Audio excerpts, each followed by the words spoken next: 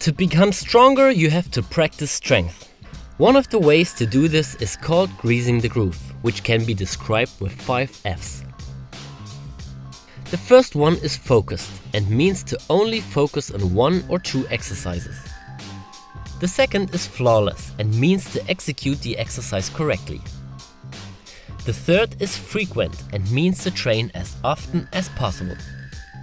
The fourth is fresh and means to never train to failure.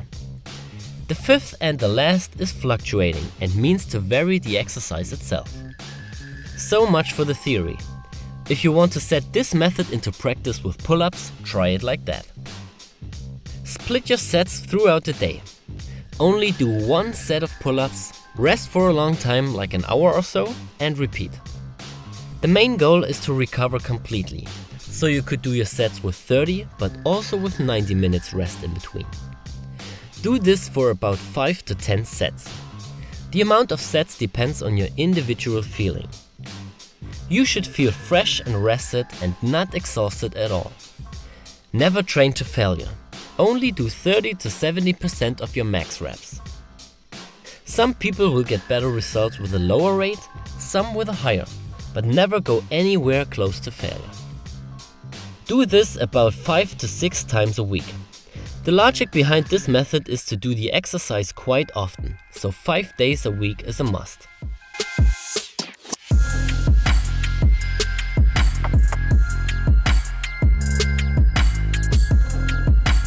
Always take care of the right execution. Your first rep should be as clean as the last one. It's also necessary to vary the exercise itself. When we talk about pull-ups, just change the grip. For example, you do 9 sets over the day. 3 sets with an overhand grip, 3 sets with an underhand grip, and 3 sets with a neutral grip. This method is really great if you want to get stronger in a specific exercise. It works best with basic and compound exercises like pull-ups, push-ups, squats and others. Of course, we also have to take a look at the downsides. A big con is the risk of getting injured. If you rest over an hour, you have to warm up again. This is quite annoying, because if you would do 9 sets over the day with 1 hour rest in between, you have to warm up 9 times a day. But if you won't warm yourself up, the risk of getting injured is much higher. So even if it's annoying, always warm yourself up for every set. It's also not the best feeling to train like that. You can never train to failure and you can only do 1 set and then rest for a long time. This is very unsatisfying and can lead to frustration, but only until your training pays off.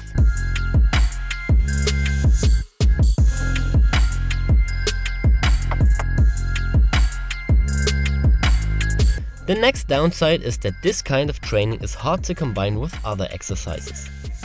Like I said in the beginning, you can do this with 1 or 2 exercises. If you do this method only with pull-ups, you can't do any other kind of pull exercise the whole time. Even when it comes to push, legs and core exercises, you can't train like you would do it normally, because your central nervous system gets exhausted too much.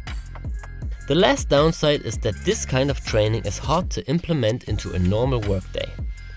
If you do 9 sets with 1 hour rest in between, you always need to have the time and you always need access to a pull-up bar.